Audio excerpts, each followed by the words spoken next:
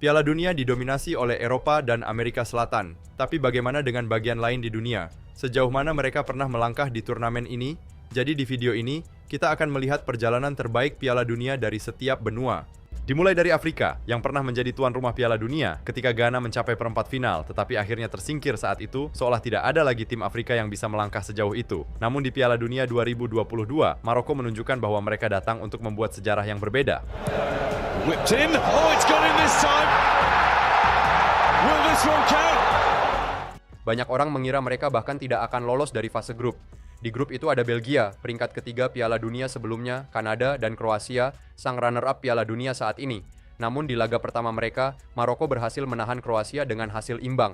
Jadi kelolosan ditentukan di pertandingan melawan Belgia, dan disitulah Maroko menunjukkan bahwa mereka akan mencetak sejarah, menang 2-0.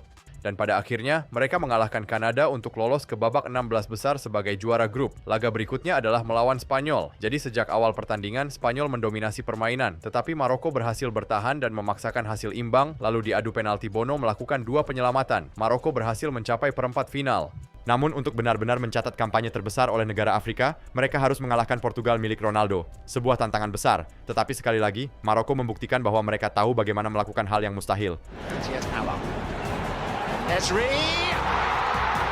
goalkeeper at fault, no question about that. Maroko mencetak gol. Portugal tidak ingin semuanya berakhir seperti itu, tetapi para pemain Maroko berhasil bertahan. Dengan skor 1-0, mereka melaju ke semifinal. Jadi meskipun kalah dari Prancis, mereka tetap menutup turnamen dengan kampanye terbaik sepanjang sejarah untuk negara Afrika, peringkat keempat. Dan itu baru benua pertama. Kita akan membahas satu persatu hingga akhirnya sampai ke Eropa. Dan Piala Dunia 2022 begitu penuh kejutan, sampai Oseania juga mencatat kampanye terbaiknya sepanjang sejarah. Hanya 2 negara dari Oseania yang pernah tampil di Piala Dunia, Selandia Baru dan Australia.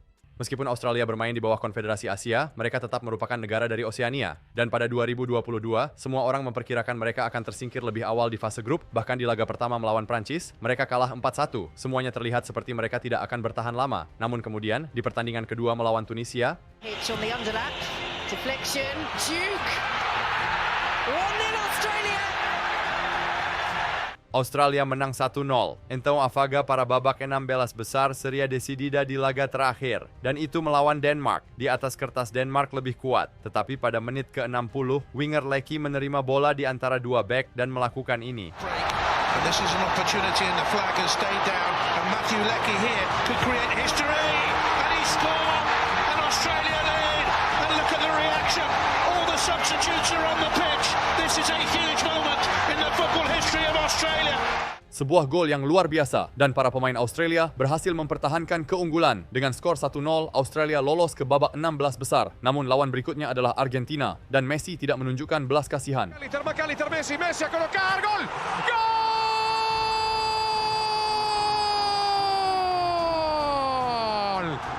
Kemudian Argentina menggandakan keunggulan lewat Julian Alvarez. Namun jika ada yang mengira Australia sudah habis, pada menit ke-77 mereka berhasil mencetak gol. Dan sebelum pertandingan berakhir, di menit ke-90, Australia memiliki peluang untuk menyamakan kedudukan.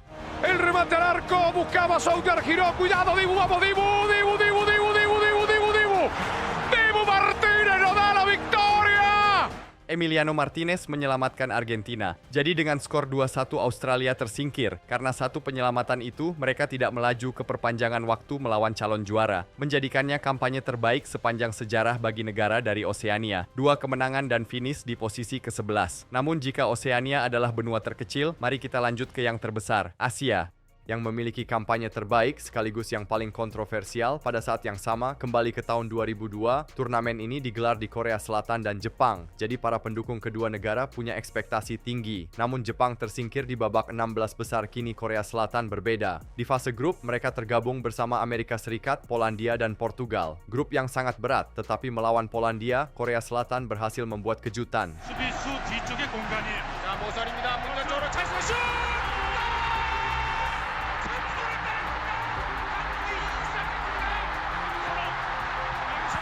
Korea Selatan mencetak gol pembuka, dan kemudian mereka berhasil menambah gol kedua, mengawali turnamen dengan kemenangan besar. Namun melawan Amerika Serikat, mereka terpeleset, bermain imbang 1-1. Jadi kelolosan mereka ke babak 16 besar bergantung pada tidak kalah dari Portugal. Saat itu Portugal belum memiliki Ronaldo, tetapi mereka punya Pauleta dan, yang paling penting, Luis Figo. Portugal justru harus menang untuk lolos. Namun Korea Selatan sekali lagi mengejutkan semua orang.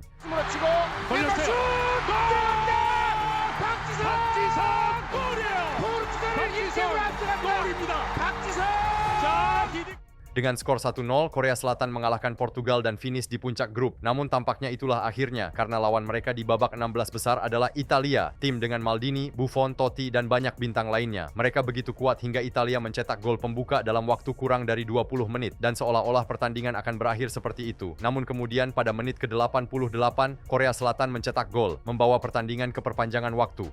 Namun disinilah kontroversi terbesar terjadi. Totti terjatuh di dalam kotak penalti, tetapi alih-alih memberikan penalti, wasit justru memberi kartu kuning kedua dan mengusirnya. Dan tepat setelah itu, hakim garis mengangkat bendera untuk offside yang sangat meragukan, menghilangkan peluang Italia untuk mencetak gol. Selama perpanjangan waktu, aturan gol emas berlaku sehingga para pemain Italia sangat marah dengan semua ini. Hingga menit ke-117.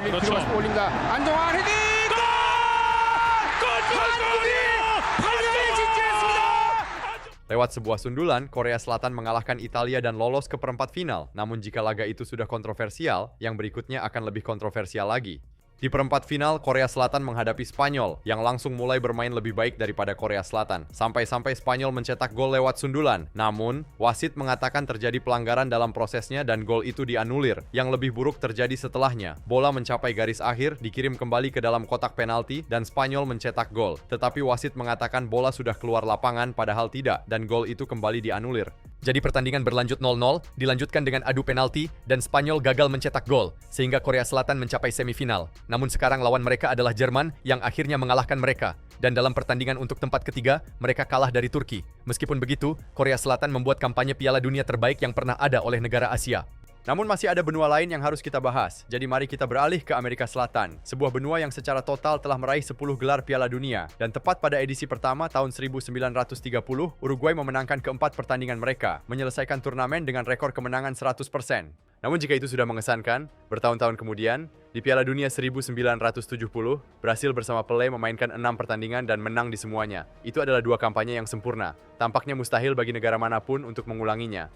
Namun ketika tahun 2002 tiba, Brasil kembali menunjukkan arti mendominasi sebuah Piala Dunia. Tahun itu, mereka memiliki skuad dengan Ronaldo, CR9, Ronaldinho, Rivaldo, Roberto Carlos, Cafu, dan begitu banyak bintang lainnya. Dan di laga pertama melawan Turki, Brasil meraih kemenangan pertama dengan skor 2-1, namun dominasi sesungguhnya datang di pertandingan berikutnya, menang 4-0 atas Tiongkok, dan kemenangan 5-2 atas Costa Rica. Di fase grup saja, mereka mencetak 11 gol dan hanya kebobolan 3. Jadi Brasil melaju ke babak 8 besar, kali ini menghadapi Belgia. Di sana mereka unggul 2-0 lewat gol indah dari Rivaldo. Maka Brasil mencapai perempat final, mengalahkan Inggris 2-1, lalu menaklukkan Turki 1-0. Dan di final melawan Jerman, Brasil memberikan pukulan terakhir. Rivaldo saiu pro Ronaldinho, pé direito, bateu!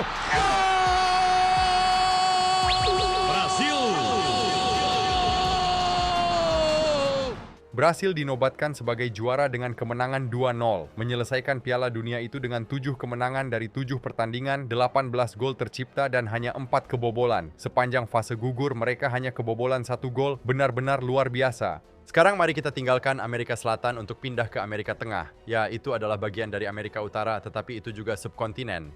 Dan kampanye terbaik mereka terjadi pada tahun 2014, ketika sebuah negara Amerika Tengah menjadi salah satu kejutan terbesar dalam sejarah Piala Dunia saat undian fase grup dilakukan. Semua perhatian tertuju pada apa yang disebut grup neraka, dengan Inggris, Italia, dan Uruguay. 3 juara dunia, serta Costa Rica, yang hampir tidak diperhitungkan oleh siapapun. Semua orang mengira sebuah tim juara dunia akan tersingkir di fase grup bersama Costa Rica, namun ketika laga pertama dimulai, Costa Rica mencetak gol pada menit ke-54, 57, dan 84, menjadikannya 3-1 melawan Uruguay. Namun untuk memastikan kelolosan, mereka masih membutuhkan 1 kemenangan lagi. Jadi di pertandingan berikutnya melawan Italia, Costa Rica kembali melakukan hal yang mustahil. Junior Díaz tiene tiempo, acaba centrando, Brian.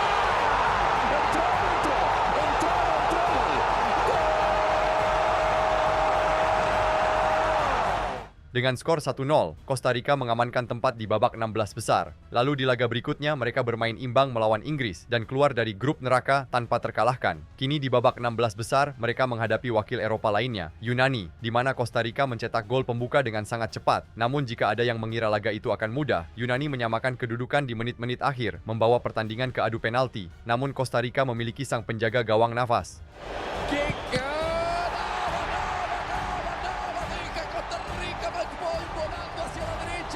Dengan skor 5-3 lewat adu penalti, Costa Rica lolos ke perempat final. Tinggal satu pertandingan lagi menuju 4 besar. Kini lawannya adalah Belanda, tetapi Costa Rica berhasil menahan tekanan dan mempertahankan hasil imbang. Sekali lagi, pertandingan ditentukan lewat adu penalti. Namun kali ini, yang tampil menonjol adalah kiper Belanda. Costa Rica tersingkir tanpa kalah dalam satu pun pertandingan dan menutup turnamen dengan kampanye terbaik sepanjang sejarah bagi negara Amerika Tengah. Sekarang naik ke peta. Kita tiba di tuan rumah 2026, Amerika Utara. Dan Amerika Serikat sebenarnya sudah pernah meraih medali perunggu. Namun itu terjadi sangat lama, pada tahun 1930. Pada saat itu, Amerika Serikat hanya perlu mengalahkan 2 tim untuk mencapai semifinal, di mana mereka kalah 6-1 dari Argentina. Jadi penampilan terbaik dari sebuah negara Amerika Utara justru terjadi beberapa dekade kemudian, pada tahun 1986. Di Piala Dunia yang digelar di Meksiko itu, tim tuan rumah memiliki skuad yang kuat, dengan salah satu pemainnya adalah Hugo Sanchez, pencetak gol terbanyak Liga Spanyol dan pemain Real Madrid. Mereka pun tergabung dalam grup bersama Irak, Paraguay, dan Belgia, dan di laga pertama Meksiko mengalahkan Belgia dengan skor 2-1. Itu adalah kemenangan besar karena pada tahun itu Belgia akhirnya finish di 4 besar. Setelah mengalahkan Belgia, mereka bermain imbang melawan Paraguay dan mengalahkan Irak. Jadi Meksiko finish sebagai juara grup. Kini di hadapan mereka di babak 16 besar ada Bulgaria, sebuah tim yang sebenarnya bisa merepotkan mereka. Namun Meksiko sedang begitu terinspirasi hingga mereka melakukan ini.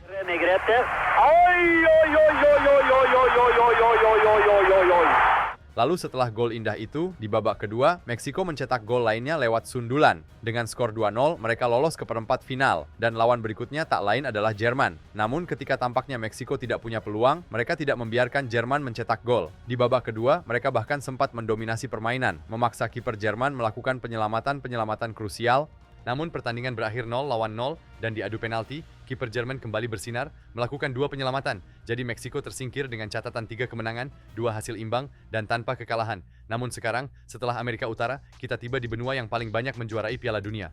Dan ada 2 kampanye yang bisa dianggap sebagai yang terbaik. Yang pertama terjadi pada tahun 1938, ketika Italia menjuarai turnamen dengan rekor kemenangan 100%. Namun untuk mencapainya, mereka hanya perlu memainkan 4 pertandingan, dengan selisih gol plus 6. Namun ada satu negara Eropa yang berhasil mencatat selisih gol plus 14. Jerman pada tahun 2014. Mereka memulai kampanye itu dengan sangat kuat hingga di laga pertama. Mereka menghancurkan Portugal 4-0. Tanpa mereka sadari, mereka akan melakukan pembantaian yang bahkan lebih besar di pertandingan berikutnya. Namun setelah itu, mereka sempat terpeleset dengan hasil imbang melawan Ghana. Meski begitu, di laga selanjutnya mereka bangkit kembali dengan kemenangan lainnya. Kini di babak 16 besar, mereka mengalahkan Aljazair 2-1 dan di perempat final menang 1-0 atas Prancis. Hingga titik itu, Jerman telah mencetak 10 gol dalam 5 pertandingan, rata-rata 2 gol per laga. Namun di semifinal melawan Brasil, mereka menghadirkan pembantaian paling tak terduga dalam sejarah. Müller mencetak gol pada menit ke-11, lalu Kroos 2 kali, Khedira, Schürrle, dan untuk melengkapinya semua, Laufen. Schöne. 7-0. lalu Oscar mencetak gol, mengakhiri laga dengan skor 7-1. Jerman mencatat kemenangan terbesar yang pernah terjadi atas tuan rumah dan melaju ke final untuk menghadapi Argentina, di mana mereka menang lewat gol dari Götze. Dalam 7 pertandingan, Jerman meraih 6 kemenangan, 1 hasil imbang, mencetak 18 gol dan hanya kebobolan 4. Sebuah kampanye yang benar-benar dominan. Jadi bagaimana pendapatmu tentang video ini? Jika kamu menikmatinya, aku rasa kamu juga akan menyukai yang satu ini. Terima kasih sudah menonton dan sampai jumpa.